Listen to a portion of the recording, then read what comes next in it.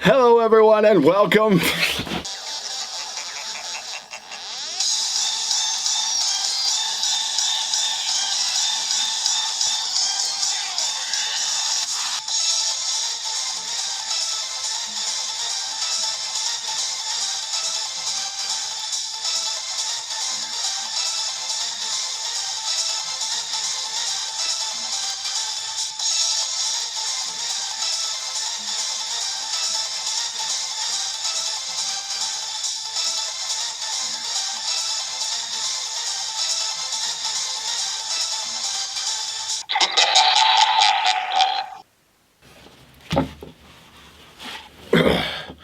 Well, that was interesting.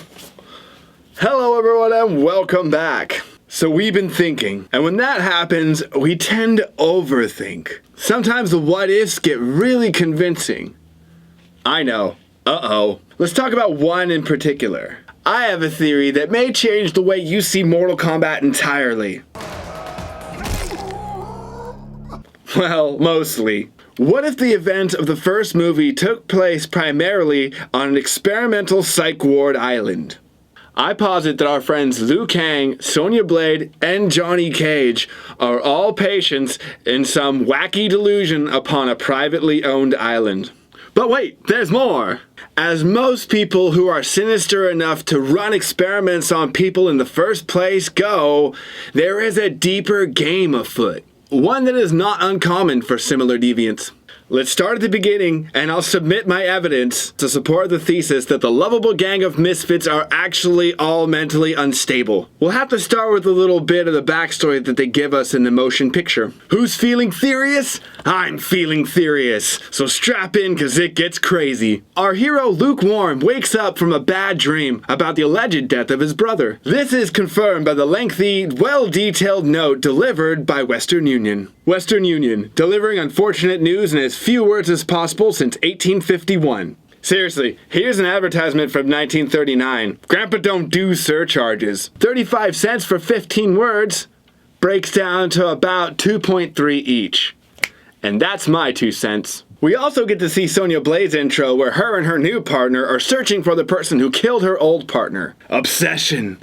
The kind that makes you do crazy things. The damsel of disaster breaks into a rave that she heard that this guy Kano might be at, and immediately starts bashing people who are not in fact Kano. She assaults no less than 8 non-Kanos, whose only crimes are possible noise violations and living life loudly. And probably substance abuse of some sort. Look at these guys.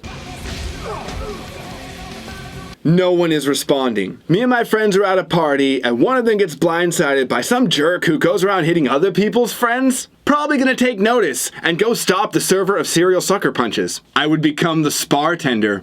That's not all, folks. As soon as she's done elbowing her way through the crowd, the guy who comes to greet her takes a shotgun blast to the chest. What kind of bully shoots a receptionist at a rave? I guess you could say he had a gun, but maybe it was a cell phone or a flashlight. People have been wrong about that sort of thing before. I don't know. I wasn't there. Either way, he loses consciousness and maybe even his life amidst his interrogation. He died under great duress atop this fancy-looking table covered in broken glass. It is not even established that he speaks English in order to answer her insanity. Guy was probably just working his Monday night rave shift when he got a call to respond to some psycho on the dance floor. Probably just chuckled about her being illegally blonde on the dance floor with a shotgun before getting wasted. Shang Tsung's in the background talking with Kano, and I presume that he had the intel fed to Sonya so she could come here, snap, and he could get her admitted onto his island. Johnny Cage. Oh, Johnny. His story was a fame and success. Until something controversial happened. I think one of his stunts went wrong, somebody got seriously hurt, and now everything that he's built is put on trial. It could be a lot to think about, you know? We join him in the middle of a shoot, clearly taking his aggression out on his coworkers. Man, I wish I could have zapped some of my previous associates with cattle prods. Then he leaves after taking the scene too far. Threatening to leave the movie on the last scene of the shoot. Probably a hard guy to work with, it seems. Then he even threatens to take his own life in graphic detail. Joke? Sure. but maybe not. Or does this behavior have a record? He has a brief conversation with Shang in disguise, who convinces him by joining this tournament he can prove himself and show the world that he's not a fraud after all. Basically, Shang showed up at the peak of his pre-breakdown phase and convinced him to give it himself. Speeds up the process a little bit, you know? Luki goes to see his grandpa, and coincidentally his psychiatrist Raiden is there. He lashes out against him physically in a slight episode and then takes off, and Raiden tells his grandfather that he'll take good care of him and he's gonna put him on the island. All three of these people who had tragic, unforeseen incidents happen to them have found their way to this island for some reason or another. Liu, revenge for his brother. Sonya, revenge for her partner.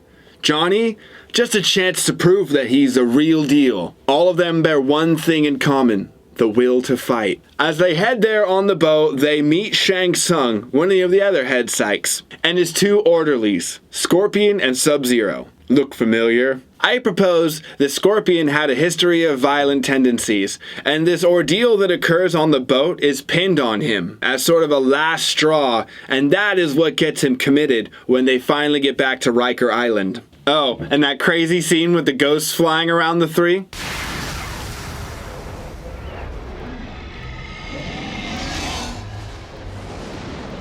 It has begun! Yeah, new medications can have some wild side effects. Sonya and Johnny cling to their false personas, but Sonya's radio doesn't seem to work on the island, and Johnny is getting no clout as a famous movie star. Interesting. So it's a big fancy island with a big fancy feast to let everybody in, and during this big fancy feast, we have an episode happen. A big scene breaks out, and patients are flipping over tables as Sub-Zero comes out and subdues a patient with his tranquilizer gun.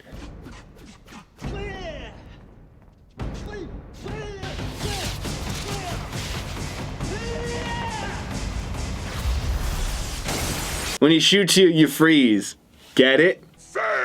Fun show of force, guys. We see Goro in the background talking with Kano. Goro is an orderly with giantism who used to work at the circus. He absorbed his twin in utero, but he has his arms poking out as a defect. Hence why the carnival crews welcomed him with open arms. Kano is ex-military search and rescue. He works on the island after a grenade explosion blew off half his face, and he had a red eye placed in there for intimidation factor. Kano is in charge of collecting new patients like Sonya and occasionally bringing back the escapees. Liu Kang catches Reptile, the alcoholic janitor, drinking on the job, and then Reptile throws weak acid in his eyes and runs away.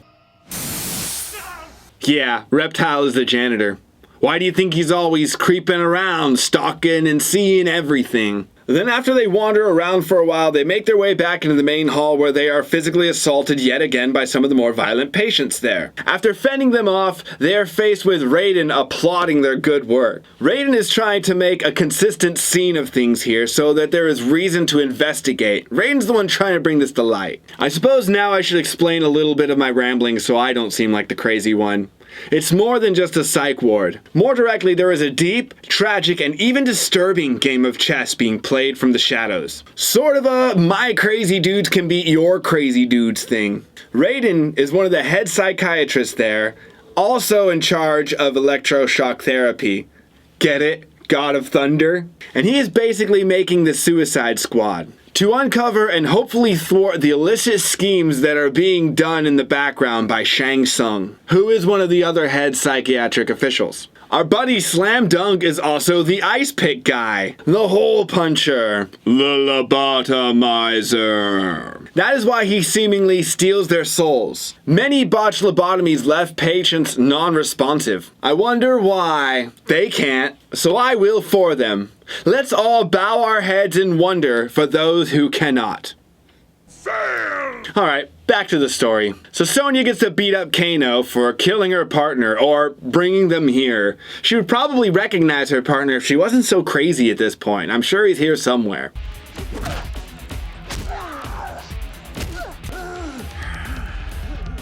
Someone's looking excited. That didn't last long, of course.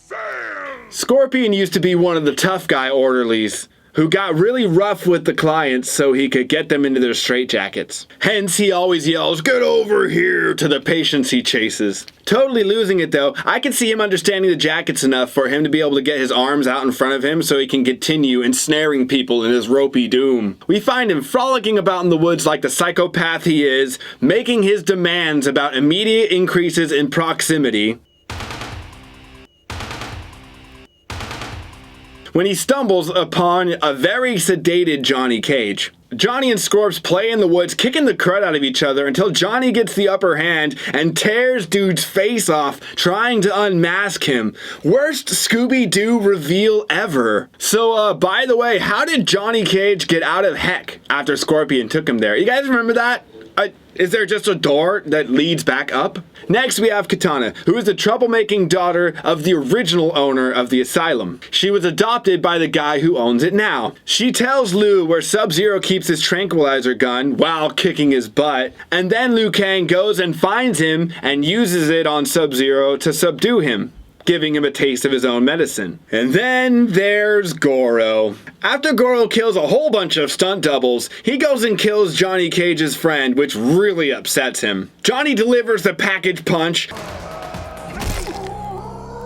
and then shoves him off the roof of the institution. His screen time is short and sad, which feels fitting after years of torturing patients. Don't feel bad for him because he comes from the circus. Some sideshow freaks are just bad people. Take it from this sideshow freak. Oh, that's a big corpse to cover up. Like that room full of wounded bodies earlier that Raiden allowed to happen. Things are getting really messy, huh? With the chaos increasing, Shang Tsung utilizes this time to kidnap Sonya amidst the confusion. Raiden explains that this isn't the first time it's happened, and it's one of his major problems with the villain. He allows them to chase after him, but doesn't go himself because he cannot have any involvement to maintain his innocence for the final act. Compared to their island resort, the mainland looks like garbage now. Also probably doesn't help that they've been on psychiatric medications for probably a while. Once they arrive on the mainlands, Liu Kang recognizes Reptile, who is drinking after his shift. Presuming that he had something to do with Sonya's disappearance, he catches him outside, beats the snot out of him, and kills his pet iguana. Sirens in the distance, with police on their way, the two continue on their trail to find Shang. Old Liu Kang and Johnny Cage running through the forest. Of course they run into Katana in Outworld. She's one of the few that are actually allowed to leave. She agrees to take them to Shang and explains that she wants him gone too. The facility her father used to run was actually a good one where they helped a lot of people, and this guy needs to go down. Here's the part that no matter how you look at it, it's just wrong and shouldn't be here at all. She's taken against her will to a weird place that is filled with people in robes that you just know are cultists. And she's tied to two poles above an engraved symbol on the ground. Ominous as heck. She is dirty, disheveled, and in a totally different outfit than we saw her in last time. I don't think she picked out that dress. You know what that means. Reading the signals, the crew is now enraged, and Liu steps up to challenge the madman himself, while Johnny steps up to put his foot in his mouth one last time. Nice dress. So I think the people that Shang Tsung called up out of the ground were actually law enforcement officials coming to arrest Liu Kang. Instead of listening to what they had to say, the police try to arrest Liu Kang, which they fail to do. He kicks their butts and then runs up the stairs to force Shang to confess for his crimes. Old Man Sung tries to fool him, but even Crazy Kang can stay focused now and gets him to admit not only kidnapping Sonya, but also lobotomizing his brother unfairly. What did you think stealing his soul really was? Which makes those thin blades that come out of the logo a really interesting parallel, don't it? Liu defeats him, but spares his life, kicking him off the balcony into his lobotomy tools. Liu gets closure. They cart Shang out to the ER, and the three are released into Raiden's personal care as the rest of the facility undergoes investigation. As they are out celebrating at a fair, the owner, Shao Kahn, comes out on TV to dispute the claims and try to lay the blame upon the three and Raiden, saying it was all some elaborate ruse, but I don't think so. So what do you think? Was the insanity convincing for you? Too much television. These series of events echo through the abandoned halls of old asylums. Some stories are even more horrifying. A doctor running experiments on patients on private property, frequently kidnapping those patients for nefarious purposes, is not unheard of. I told you it got crazy. A tale of madness, designed by madmen. Hopefully now, the foreheads of the innocent can rest a little easier. Ah, we meet again.